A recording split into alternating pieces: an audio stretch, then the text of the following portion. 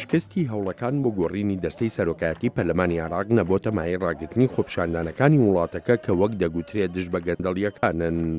خۆپیشاندەران پەیامی خۆیان گەیاندە کاربەدەستانی عێراق. بە ناوی خۆپیشاندەرانەوە پەیامی خۆمان گەیاندە گەندەڵکاران دەبێت وەزیرەکان دەست لە کار بکێشنەوە و حکوومەتێکی عێراقیمان دەوێت نەک حکوومەتێکی بەکرێگیراو.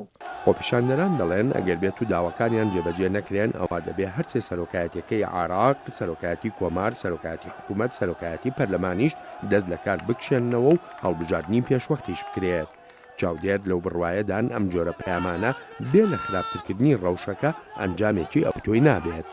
وهذا بكل الأحوال رسائل متعددة. ئەمانە پەیامی جۆراوجۆرن و پەیامێکی بەهێزیشە. مقتەدا سەدر و لایەنگرانیشی ئەویان نیشان داوە کە دەتوانن بڕیاری سیاسی لە وڵاتەکەدا بدەن بەبێ لایەنە سیاسیەکانی تر. ئەمەش بەڕای من قەیرانی سیاسی عێراق خراپتر دەکات. وڵاتە یەکگرتوەکانی ئەمریکا لە نزیکە و بە وردی شەوڵەکانی خۆی خستۆتە گەڕ.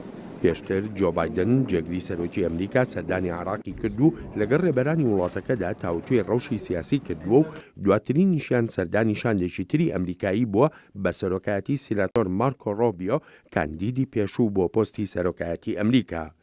نیگەرانیە سەرەکیەکە لە ئەگەری کاریگەری نەرێنی ڕەوشە سیاسیەکەدایە بەسەر ئۆپەراسیۆنەکانی دژی دەوڵەتی ئیسلامی دەکرێن. هناك ترابط كبير ما بين بێگومان پەیوەندی هەیە لە نێوان ئارامی سیاسی و ڕەوشی بەرەکانی جەنگ لەگەڵ دەوڵەتی ئیسلامیدا. ئۆپەراسیۆنە لەشکریەکان پێویستیان بە سەقامگیری سیاسی هەیە و بە تایبەتیش یەکگرتووی لایەنە سیاسیەکان. هەندێک لە هێزە ئاسایشەکان لە بەرەکانی شەڕەوە گەڕێنراونەتەوە بۆ پاراستنی پایتەخت. ئەمەش کاریگەری دەبێت لەسەر دواخستنی ئۆپەراسیۆنەکان. لاوەها ڕەوشێکدا تێرۆریستانی دەوڵەتی ئیسلامی هێرش دەکەنە سەر بەرەکانی پێشەوە لە شارۆچکەی تەلەسقف لە نزیک شاری مووسڵەوە کە زۆربەی دانیشتوانەکەی لە کریسچیانەکانن. بەڵام دوور لە هەموو ناکۆچێ سیاسیەکان هێزی پێشمەرگەی کوردستان ئەم هێرشە تێک دەشکێنێت. پێزە خوب نەشە خوب بەرسنگی پێشمەرگی بگیرێت.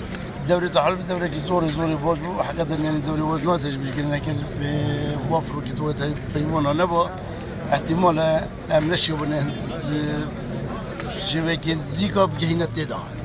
سەرکەوتنەکانی ئەم دواییە حکوومەتی عێراق لە پارێزگای ئەنبار وەک سەرکەوتنی استراتیژێتی هاوپەیمانانی بەسەرکردایەتی ئەمریکا لێی دەڕواندرێ دژی دەوڵەتی ئیسلامی.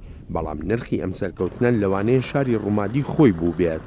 What we are specifically looking at here are two diversion dams. ئەوە ئێستا دەبینین دوو بەنداوی سەر ڕووباری فوراتە و دەوڵەتی ئیسلامی هەردووچیانی داڕماندووە.